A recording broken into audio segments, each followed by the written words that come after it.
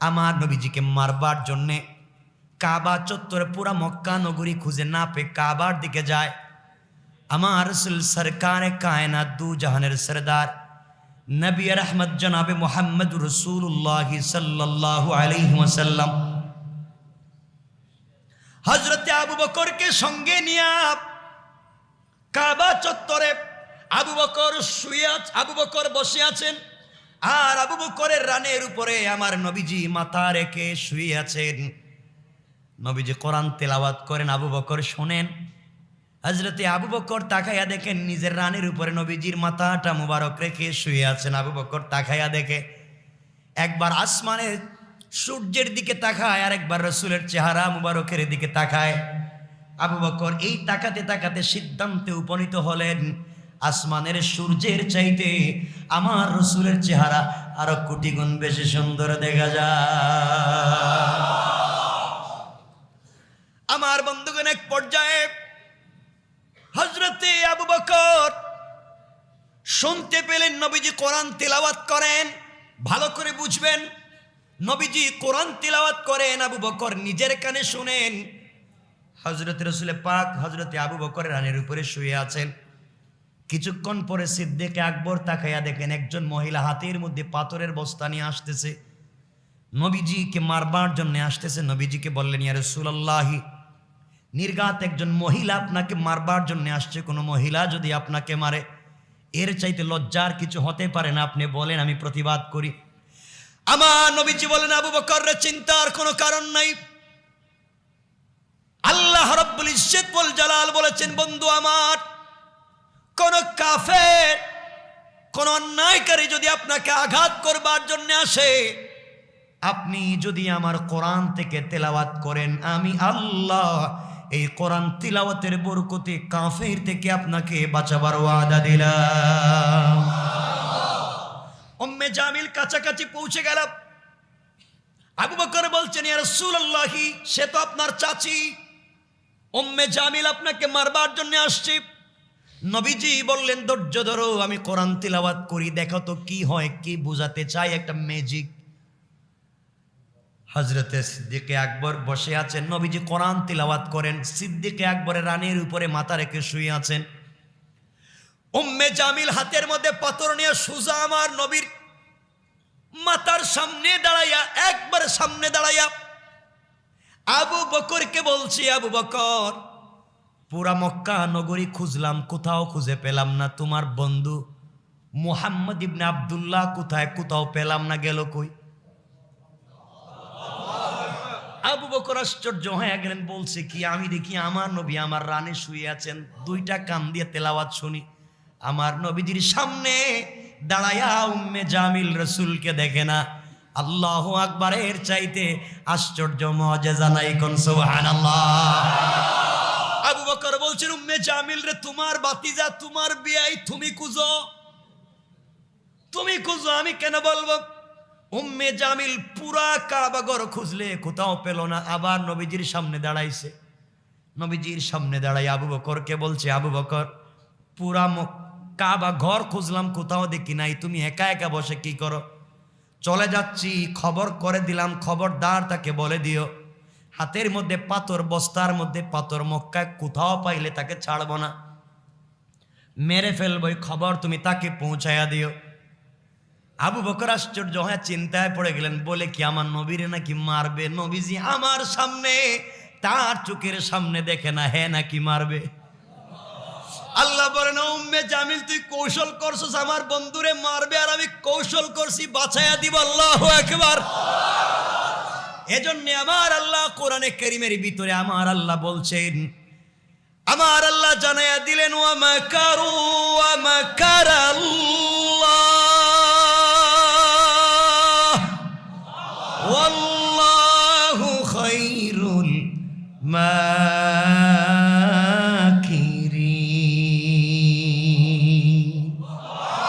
তোমরা যে কৌশল করে দিনকে মুছে দিতে চাও রে গোলাম, তোমরা জানো না তোমাদের কৌশল যেখানে শেষ, এর 1000 কিলোমিটার দূর থেকে আমি আল্লাহর উত্তম কৌশল শুরু হয়ে যায়। কোন সুবহানাল্লাহ। উম্মে জামিল পাথর নিয়ে চলে গিয়েছে। এবার হযরতে আবু বকর জড়াইয়া নবীজিকে ধরে কাঁদতেছেন আর বলছেন, ইয়া রাসূলুল্লাহ, বলেন না ব্যাপারটা কি? আপনি কোরআন শরীফ পড়েন, আমি কান দিয়া শুনি, আপনি আমার রানে শুয়ে আছেন, আমি চোখ দিয়ে দেখি।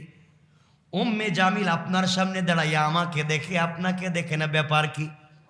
নবীজি জানাইয়া দিলেন, ও আবু বকর, আমার আল্লাহ আমাকে জানিয়ে দিয়েছেন, কোন কাফের, কোন অন্যায়কারী, কোন জালেম যদি আমাকে আঘাত করবার জন্য আসে, ওই সময়ে যেন আমি আমার আল্লাহর কোরআন থেকে তেলাওয়াত করি। আল্লাহ জানাইয়া দিয়েছেন, হিজাবাম মাসতুরা, আকাশ থেকে একটা গোপন পর্দা পাঠায়া ওই কাফের আর আমার মধ্যখানে আজীবনের মতো পার্টিশন সৃষ্টি করে দেয়। আল্লাহু আকবার বলেন। কষ্ট হচ্ছে না তো? 10:30 হয়ে যাচ্ছে, কিন্তু আপনাদের কষ্ট দিয়ে কথা বলার কোনো যৌক্তিকতা আমার কাছে নাই। রাত হলে তো আপনাদের ঘুমাইতে হইব, আর আমারও ঠাকুরগাঁও যাইতে হইব প্রোগ্রামে। কথাগুলো শুনেন কি বলতে চাই। রাসূল সাল্লাল্লাহু আলাইহি ওয়াসাল্লাম এখন দ্বীনের দাওয়াত দিচ্ছেন। কিসের দাওয়াত দিচ্ছেন? দ্বীনের দাওয়াত দিচ্ছেন। কেউ গালি দেয়, কেউ রাসূলের কথা শুনে, এভাবে চলতে আছে। সর্বপ্রথম মুসলিম হয়েছেন কে? হযরত খাদিজাতুল কুবরা। নবীজি এরপরে একবার নিজের বন্ধুর কাছে দাওয়াত পৌঁছালেন। তার বন্ধু ছিল একজন হযরত আবু বকর সিদ্দিক। আবু বকর বলেন, মুহাম্মদ বলছে আমার বন্ধু, এ কথা কি আর জানার দরকার আছে? আমিও কালিমা পড়ে মুসলমান হয়ে গেলাম। জওয়ানদের মধ্যে নবীজি বাসায় আসলেন। আয়েশা দেখেন চাচাতো ভাই আলী বসে রয়েছে, বাচ্চা মানুষ, পিচ্ছি। আলী তো এমনি খাটো, খাটো বুঝেননি, বাইকটা। আলী এমনিতেই খাটো মানুষ, এজন্য আলীকে মাঝে মাঝে ওমর এবং আবু বকর বলতেন। আরেক কথা, ওমর এবং আবু বকর মাঝে মাঝে আলীরে বলতেন, লাউ খান আলী ফলাম। কত কথা মনে পড়ে গেল। এই হযরত আলী পিচ্ছি মানুষ। নবীজি বলছেন, আলী ব্যাপার কি? বলে, কি আপনি চুপি চুপি খাদিজাকে বললেন, আপনি চুপি চুপি আবু বকরকে বললেন, আমারে কিছু বলেন না কেন? নবীজি বলছেন, ব্যাপার তো এটাই যে আমি কালিমার দাওয়াত দিচ্ছি আল্লাহর পক্ষ থেকে, নবী এবং রাসূল। আলী বলছেন, আপনি আমার চাচাতো ভাই, আমারও গোপন করছেন কেন? আমারও হাতটা নেন, কালিমা পড়াইয়া মুসলমান বানায় দেন। বাচ্চাদের মধ্যে প্রথম মুসলিম হযরত আলী কাররামাল্লাহু ওয়াজহা। মনে থাকবে তো কথাগুলা? নবীজি দ্বীনের দাওয়াত দিচ্ছেন। আমি যতটুকুনি বলি আয়াত পর্যন্ত গিয়ে রেখে দিব। এবার আল্লাহ বলছেন নবীজিকে দাওয়াত দেন। নবীজি দাওয়াত দিচ্ছেন। আমি আল্লাহ বলছেন, দুই জিনিস দিলাম, একটা হলো আবু তালেব আর একটা হলো খাদিজা। দাওয়াত দিচ্ছেন। কিছুদিন দাওয়াত দেওয়ার পরে হযরতে আবু তালেব, হযরতে খাদিজাতুল কুবরা রাদিয়াল্লাহু তাআলা আনহা এবং আবু তালেব ধারাবাহিকভাবে একই বৎসরে দুজন ইন্তেকাল করলেন। কি করলেন? আবু তালেব এবং খাদিজা। নবীজি এখন দেখলেন ঘরে বাইরে বিপদ, সারাদিন বাইরে কষ্ট পেয়ে ঘরে আসলে খাদিজার চেহারা দেখলে সব দূর হয়ে যায়। খাদিজা এমন স্ত্রী ছিলেন, রাসূল পাক সাল্লাল্লাহু আলাইহি ওয়াসাল্লাম বলছেন, আমি সারাদিন কষ্ট করে মানুষের মারধর খাইয়া দ্বীনের দাওয়াত দিয়া গভীর রাত্রে দরজায় এসে একবার নক দিয়ে বলছি, খাদিজা, কথা শেষ করতে পারি নাই, দরজা খুলে খাদিজা আমার কপালে চুম্বন দিয়েছে। আল্লাহু আকবার। কেমন স্ত্রী ছিলেন খাদিজাতুল কুবরা। নবীজি বলতেন, তুমি ঘুমাও না কেন? তোমার তো বয়স হয়ে গেছে। খাদিজাতুল কুবরা বলতেন, স্বামী, আপনাকে বাহিরে রেখে আমার মন কি আর বিছানায় পড়ে থাকবে?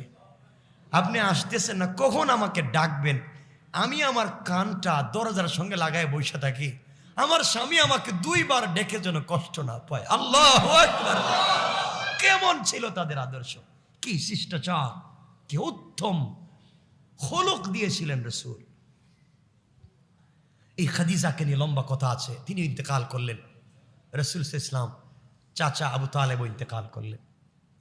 আল্লাহর কাছে নবীজি বলছেন, আল্লাহ, তুমি আমারে বললা, আমার কষ্ট দূর করছো খাদিজার মাধ্যমে এবং আবু তালেবের মাধ্যমে, তুমি বলছো আমার কষ্ট দূর করেছো। আল্লাযী আনকাদা যহরাক, যা ছিল আমার জন্য কষ্টের তুমি দূর করে দিয়েছো। এখন তুমি বলো আজ খাদিজাও নাই, আমার চাচাও নাই, কষ্ট কমছে না বাড়ছে? কথা বলে। তুমি বলছো কষ্ট কমছে, আমি দেখতেছি এখন বাড়ছে, আমি কই যাব?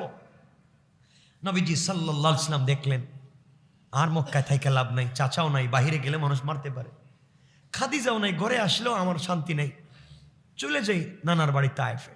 কই যাবেন? চলে যাচ্ছে, মনে রাখবেন।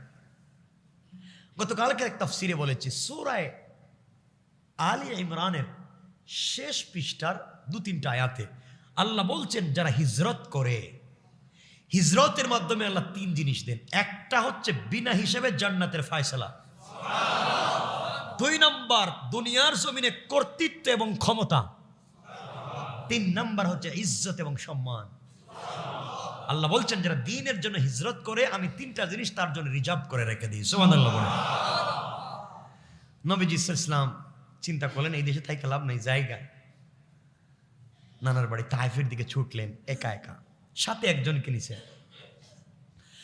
কথাগুলো বুঝবেন কতটুকুন কষ্ট পেলে একজন মানুষ বাড়ি ছেড়ে দিতে পারে। আমার নবীজি এখন সব ছেড়ে চলে যাচ্ছেন। তায়েফে যাওয়ার পরে মানুষের কাছে বললেন, শোনো, নানার বাড়ি এসেছে, আমি তোমাদের আত্মীয়, তোমরা কালিমা পড়ো, মুসলমান হয়ে যাও, আসলিম তাসলাম, শান্তিতে থাকবা। এই কথা শুনবার পরে তায়েফের মানুষেরা তো কালিমা পড়ল না, উল্টা পাগল বলে আমার নবীর হাতে পায়ে রশ্মি লাগাইয়া অপমানিত গোলামের ন্যায় টানা শুরু করলো, বাচ্চাদেরকে দিয়ে পিঠের মধ্যে আঘাত করতে লাগলো। নবীজির পায়ের মধ্যে চামড়ার মোজা ছিল, কথাগুলা বুঝবেন। নবীজির তারিখে খালি কানে লিখে নবীজির পায়ে চামড়ার মোজা ছিল, কাটা একটা পাঞ্জাবির মতো একটা কাপড় ছিল।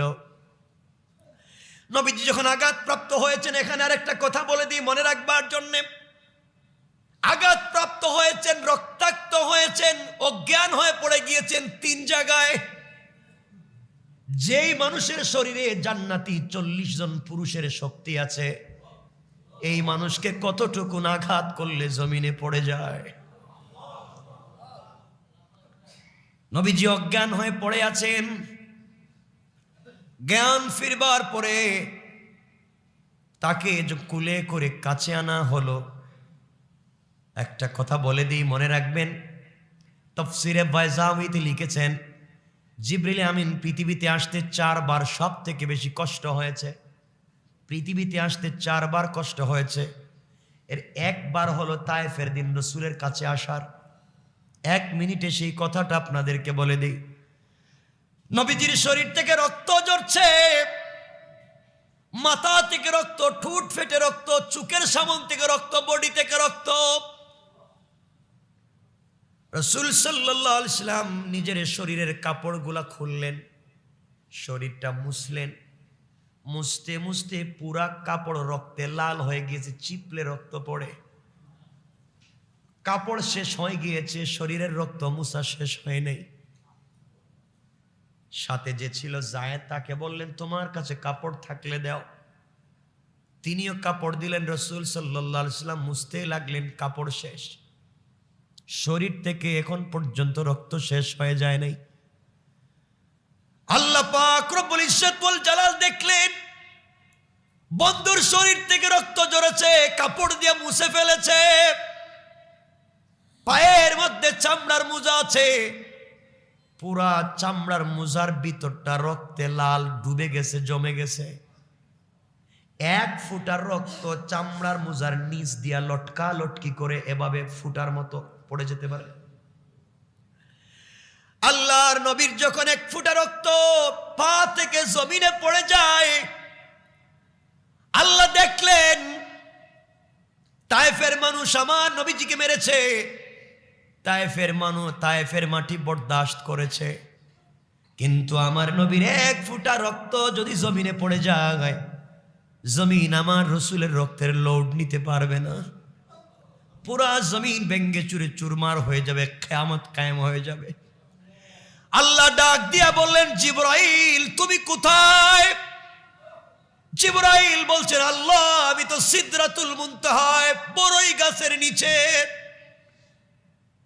আল্লাহ বলছেন জিবরাইল এই মুহূর্তে তুমি তায়েফে যাওয়া লাগবে, আমার বন্ধুর পায়ের পাতা থেকে 1 ফোঁটা রক্ত লটকে আছে, 1 সেকেন্ডের 1 কোটি ভাগের ভিতরে মাটিতে পড়ে যাবে। তাড়াতাড়ি তুমি যাও, আমার বন্ধুর পায়ের নিচে তোমার পর বিছানা বিছাইয়া দাও, যেন আমার বন্ধুর 1 ফোঁটা রক্ত জমিনে না পড়ে রে। জিবরাইল যদি পড়ে যায় খবর রাখিস, পৃথিবী রাখবো না, এই পৃথিবী রাখবো না, দরকার নাই আমার, আর দুনিয়ার দরকার নাই, সব ভেঙে ফেলে দেব। জিবরাইল বলছেন আল্লাহ আমি তো এখন কোথায়?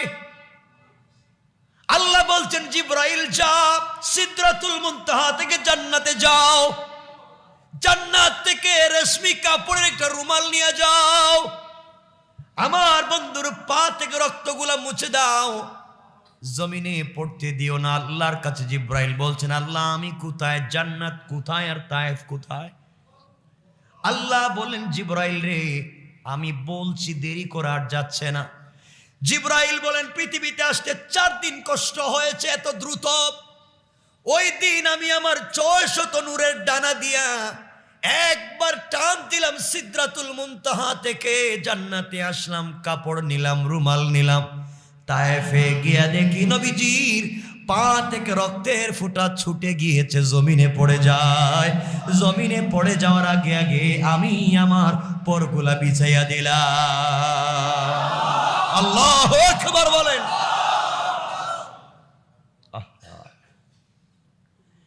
এই নবীজি এবার চিন্তা করলেন আহারে তায়েফের মানুষও আমাকে মারল, তায়েফের মানুষ আমাকে আঘাত করেছে, কই যাব, কোথায় যাব? বাড়িতে গিয়ে লাভ নাই, কেউ নাই, খাদিজা নাই,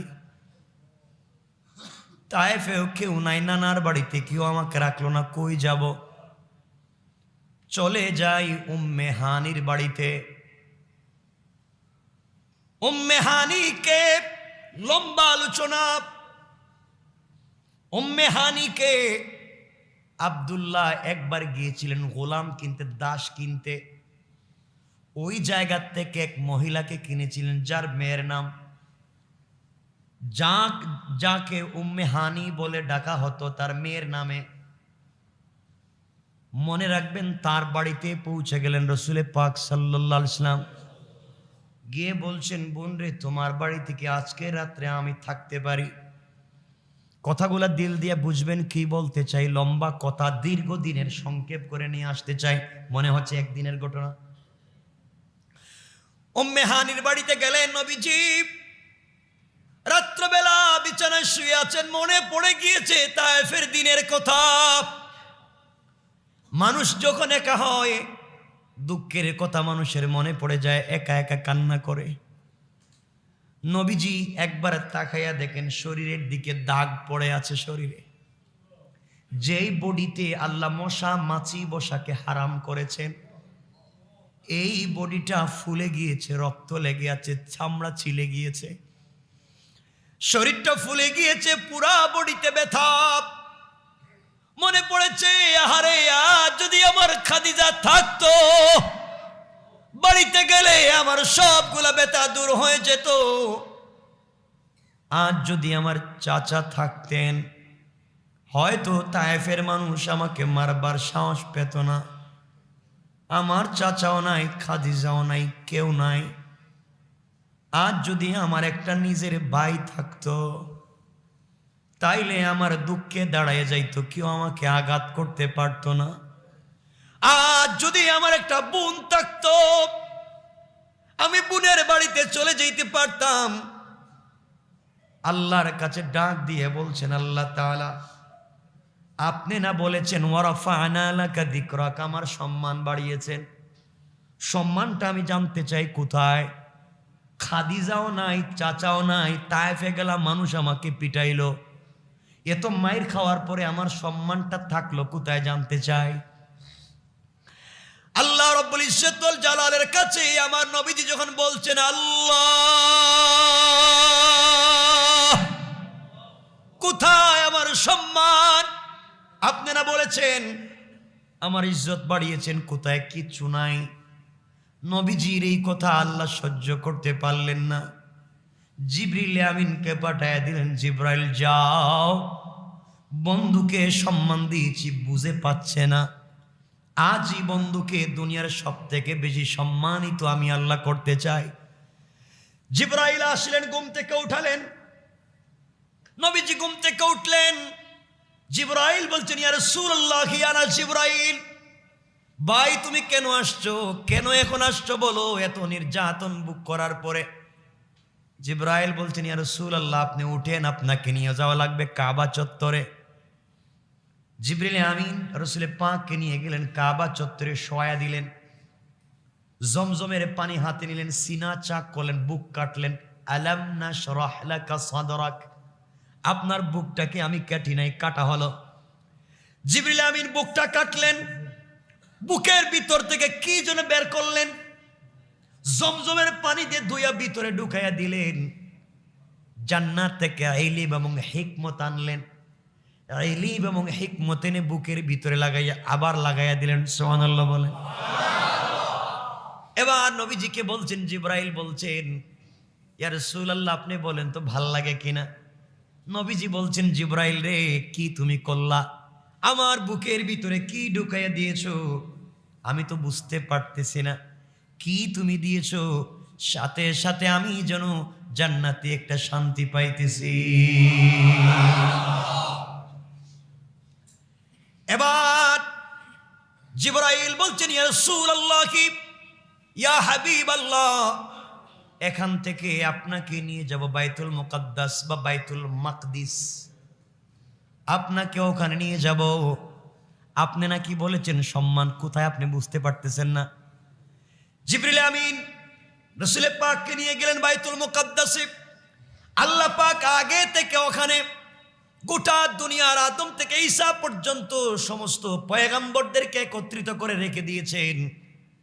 নবীজি সাল্লাল্লাহু আলাইহি ওয়াসাল্লাম ওখানে পৌঁছে গেলেন, সকল নবীরা হাজির। 2 রাকাত সালাত পড়তে হবে, কে ইমামতি করবেন? কেউ বলছেন, বাবা আদম, আপনি তো সকলের বাপ, আপনি ইমামতি করেন। কেউ বলছেন, ইব্রাহিম, আপনি পড়েন, আপনার মিল্লতের বাপ, আপনি ইমামতি করেন। কেউ বলছেন, ঈসা, আপনি ইমামতি করেন। আল্লাহ জানাইয়া দিলেন, জিবরাইল, সবাইকে জানাইয়া দাও আমার বন্ধু ওয়ারাফানা লাকা যিকরাক, সম্মান কতটুকুন দিয়েছি বুঝাতে চাই। আদম থেকে ঈসা নবী পর্যন্ত সকল পয়গম্বরেরা আজকের দিনে হবে মুসল্লি, আর আমার বন্ধু হাবিবুল্লাহ হবে আজকের দিনের ইমাম। ওয়ারাফানা লাকা যিকরাক, বন্ধু সম্মানটা তো আমি বাড়াইয়া দিচ্ছি। কে দিচ্ছেন বাড়াইয়া? আল্লাহ। এখন নামাজ শেষ হলো, নবীজি উপর দিকে উঠতে লাগবেন, উপর দিকে যেতে থাকবেন। এখন যাবেন এই ওয়ারাফানা লাকা যিকরাক সিদরাতুল মুনতাহা পর্যন্ত যাওয়ার পরে কি হবে, এটা লম্বা এক আলোচনা। আমার 11টার ভিতরে এমনি আমি বুঝতেছি দেরি হয়ে যাচ্ছে, শেষ করতে হবে। সুতরাং এখান থেকে যে আলোচনা শুরু হবে এটা আরো বিশাল লম্বা। নবী যখন উঠতে থাকবেন, প্রথম আসমানের গেটে যাবেন, জিবরাইল নিয়ে যাবেন। জিবরাইল নিয়ে যাওয়ার পরে প্রথম আসমানের গেটে সালাম দিবেন। প্রথম আসমানের প্রহরীরা বলবে, আপনি কে? আমি জিবরাইল। তো জিবরাইল, তো এখানে আসছেন কেন?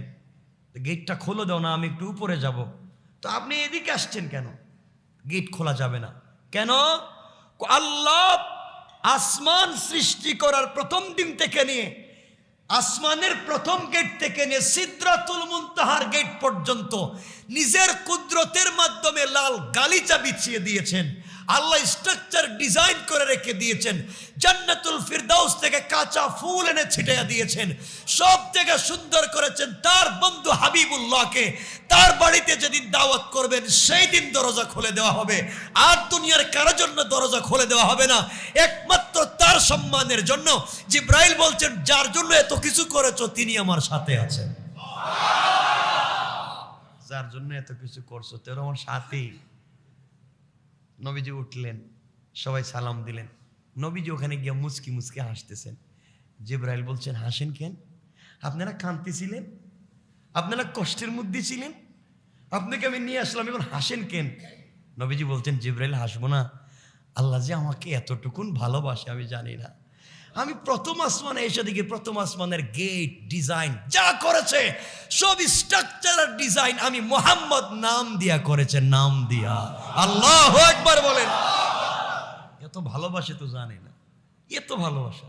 নবীজি উঠবেন, যাবেন, কোন কোন জায়গায় কি কি দেখবেন, এটা লম্বা একটা ঘটনার মতো একটা আলোচনা। সুতরাং আমি যে জিনিসের দিকে নিয়ে যেতে চাই আপনাদেরকে, আর আমরা ওদিকে নিয়ে যেতে চাই না, আপনাদের কাছে আমি বুঝাতে চাই এবং জানতে চাই এই রাসূল সাল্লাল্লাহু আলাইহি ওয়াসাল্লাম যে মিশন, যে জিন্দেগি নিয়ে এসেছিলেন আপনার আমার কাছে, আল্লাহ বলছেন লাকাদ কানা লাকুম ফি রাসূলিল্লাহি উসওয়াতুন হাসানা। ও বিশ্ববাসী, তোমরা যদি উত্তম আদর্শ শিখতে চাও, তোমরা যদি শিষ্টাচার শিখতে চাও, দুনিয়ার জমিন থেকে সব ধরনের অনৈতিকতা দূর করে, জুলুম দূর করে ন্যায় ইনসাফ কায়েম করতে চাও, দুনিয়ার কোনো জিনিস দিয়ে হবে না, কারো চরিত্র আদর্শ দিয়ে হবে না। এই পৃথিবীকে সুন্দর করতে চাইলে একজনের আদর্শ লাগবে, তিনি হলেন মুহাম্মদুর রাসূলুল্লাহ। তার আদর্শ ছাড়া বিকল্প কোনো রাস্তা নেই। নবীজির আদর্শ তো তেমন ছিল, কারোর সাথে কথা বললে মুস্কি হেসে কথা বলতেন, কেউ তাকে মারবার জন্য গেল তার হাত ধরে মুসাফা করতেন, বুকের সঙ্গে জড়াইয়া ধরতেন, দুশ্মন ও দুস্থ হয়ে যেত। সুবহানাল্লাহ বলেন। সেই ছিলেন আমাদের রাসূল। এই রাসূল সাল্লাল্লাহু আলাইহি ওয়াসাল্লামকে আমরা ভালোবাসতে পারবো তো ইনশাআল্লাহ?